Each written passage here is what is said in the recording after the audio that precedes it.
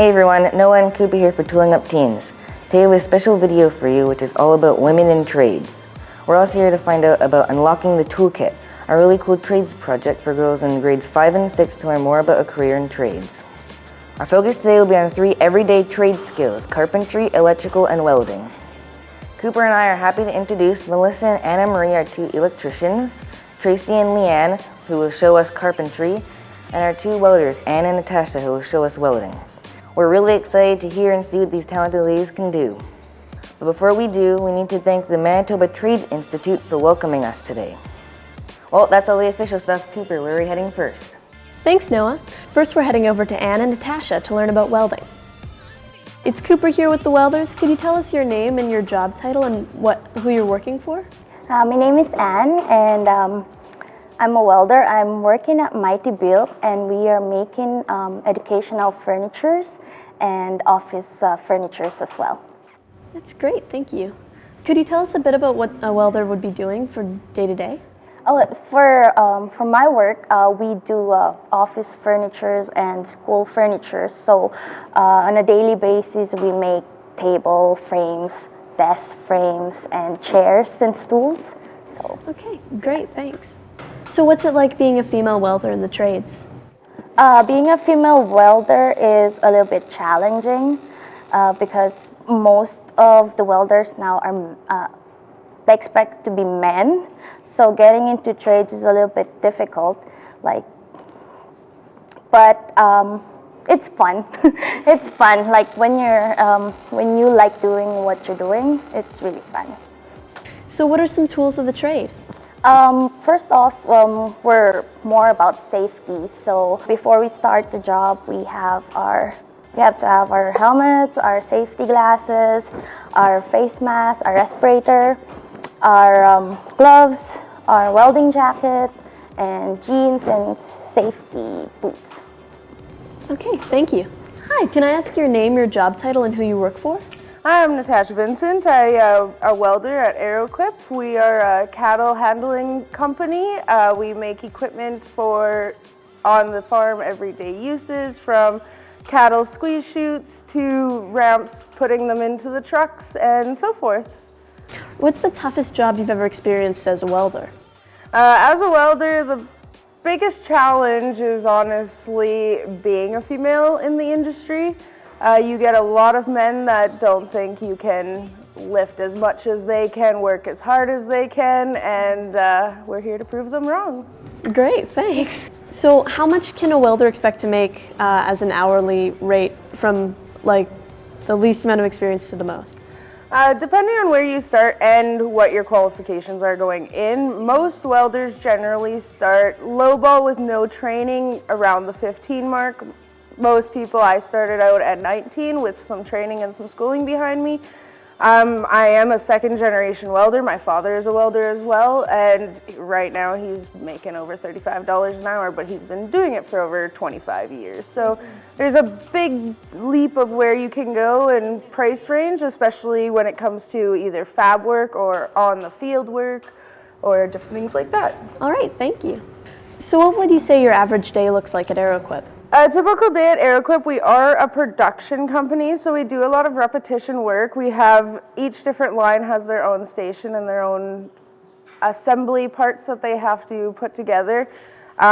Typically, I start my day, we will get one cart and I'll build the 2 sides of my chute frame that I have to build, and then I'll send it down the line to the next guy, and he will build the final product before it starts going through powder and paint and gets all assembled at the final end. Thank you, that's great, yeah.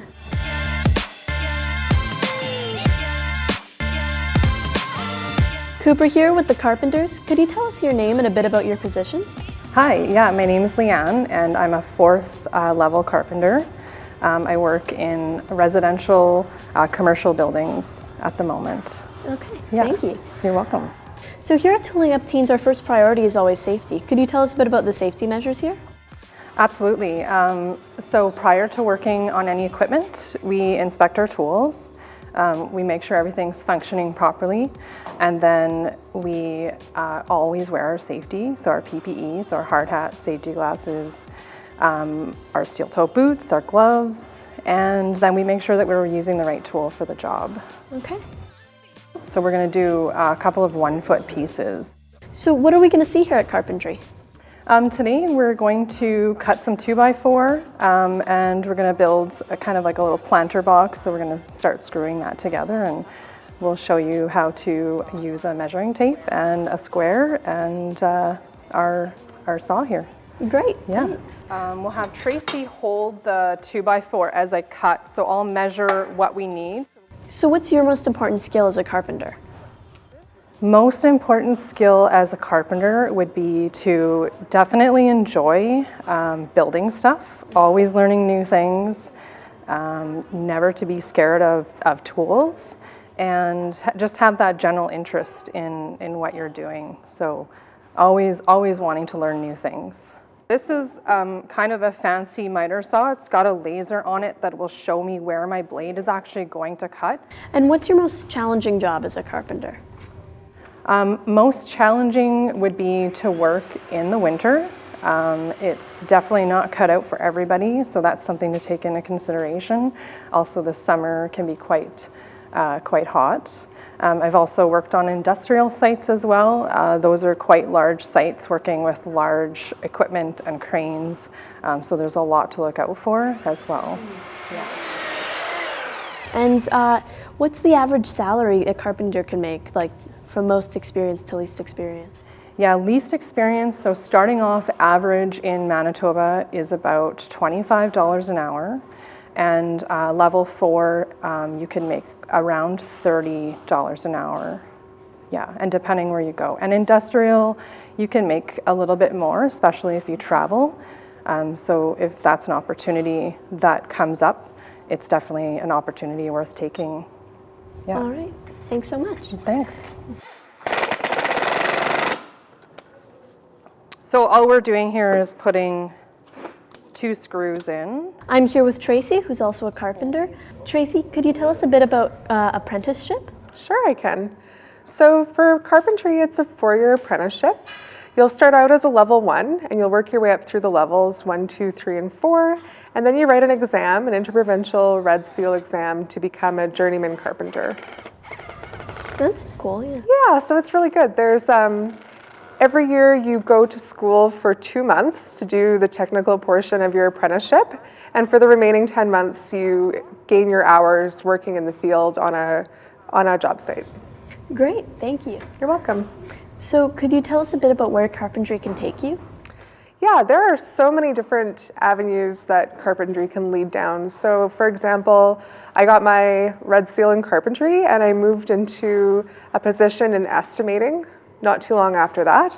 So I was an estimator for a year, and basically with estimating, you're taking jobs that are conceptual on paper and you're bidding on them. So you're looking at the drawings, you're looking at the specifications, and you're trying to go to the different subtrades to see how much that job will cost, and then you bid on it, and that's how general contractors end up being awarded and working on projects. And then even from there, I went on into project coordinator. So a project coordinator would look at plans, would help facilitate the movement of the project during construction.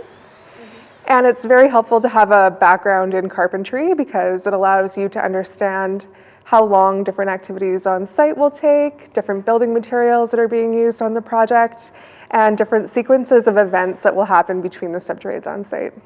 Thanks. You're welcome. That's great. Good. Cooper here with Anna Maria, the electrician. Could you tell us who you work for and a bit about what you do? I currently work for Black & McDonald, but I'm part of the union, the IBEW.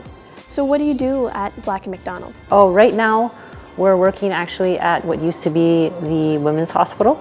They're converting it into an acute stroke unit, and so we're renovating the whole thing electrically. Great.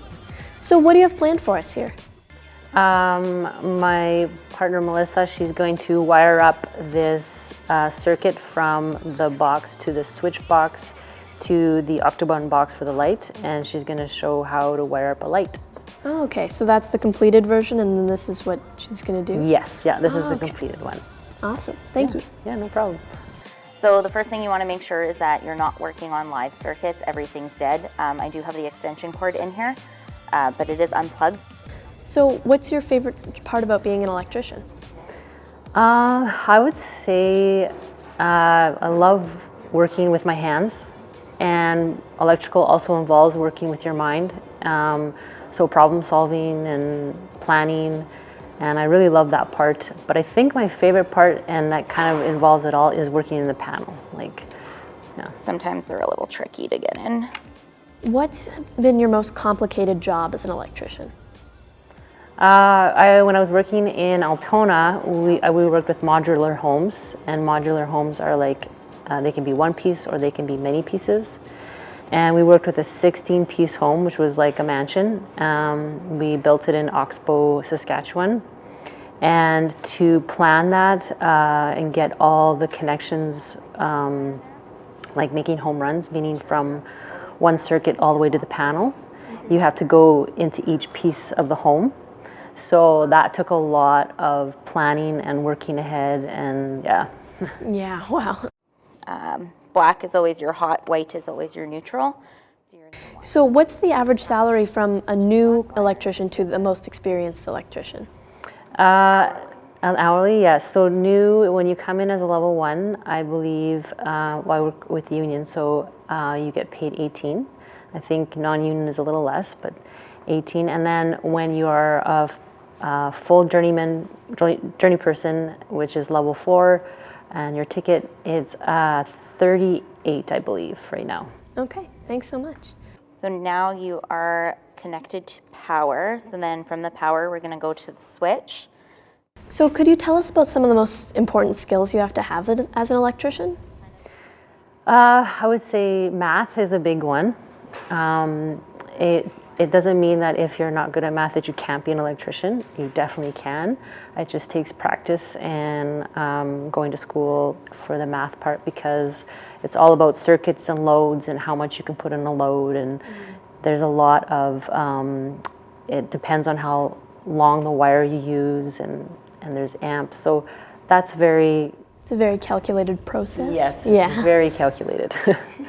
So, and you can never go over, you always have to have enough, otherwise bad things could happen. Okay, so we got our switch on, and then we're going to take the other side of the switch wire, put it in here to attach it to our light.